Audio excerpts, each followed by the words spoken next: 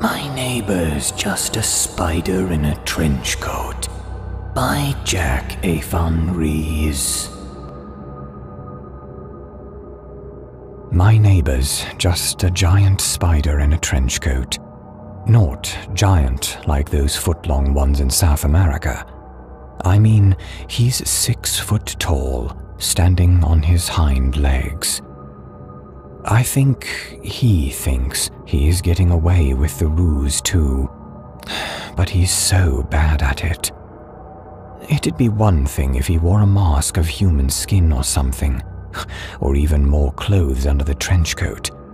But to be fair, sometimes he wears a hat too, but he's not putting anywhere near enough effort into his disguise to warrant the level of confidence he possesses. And he forgets the basics. Like the other day, I passed him in the hall, and we waved at each other. He waved at me with 3 of his legs. We both stopped when it happened. We turned around and looked into each other's eyes for a moment. I stared into those 8 eyes, wondering if I should finally say something. He waved at me again, this time with 1 leg. I nodded and moved on. I looked back at him though, and he used one of his legs to wipe his forehead, like in mock relief that he didn't get caught. Everyone's way too nice to him, not only in person. That I get, because you're terrified he'll wrap you in webbing and slowly devour you. But we're friends on Facebook, and everyone is always so effing nice to this guy. He posts the most basic crap you've ever seen, like a picture of several of his legs stretched out on a beach chair holding a beer, and it'll say #blessed. And people comment, "Wish I was there," or "Save one for me." I came so close to writing, "You're a giant spider. Can you even process alcohol? Spiders don't have livers." But I stopped myself.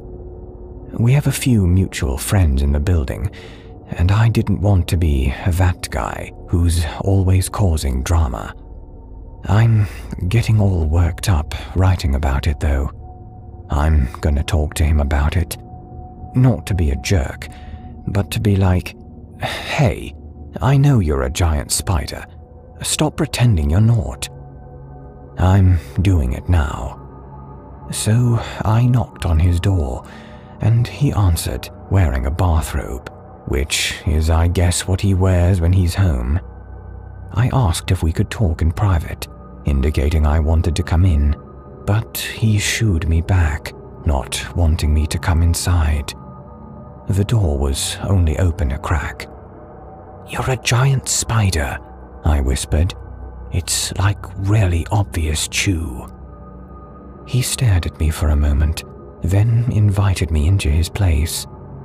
I wish I hadn't gone in. I wish I'd kept my stupid mouth shut. His apartment was covered in web. It stretched everywhere, in all directions. But that's not all that was in there. Taking up the bulk of the space was a gargantuan spider. She had to be over 20 feet wide, and she made no pretense at being human. She gazed at me as I entered their apartment.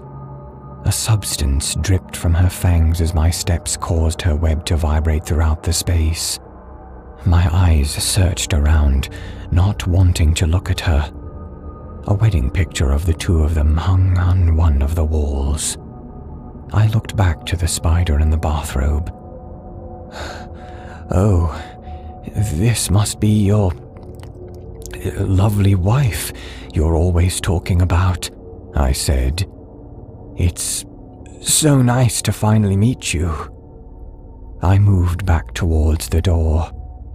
"You know, it's getting late. I'm not sure if I do have time for a beer after all. Maybe some other time." The spider in the bathrobe let me go back out the door. Before he closed it, he waved goodbye to me, with 3 legs.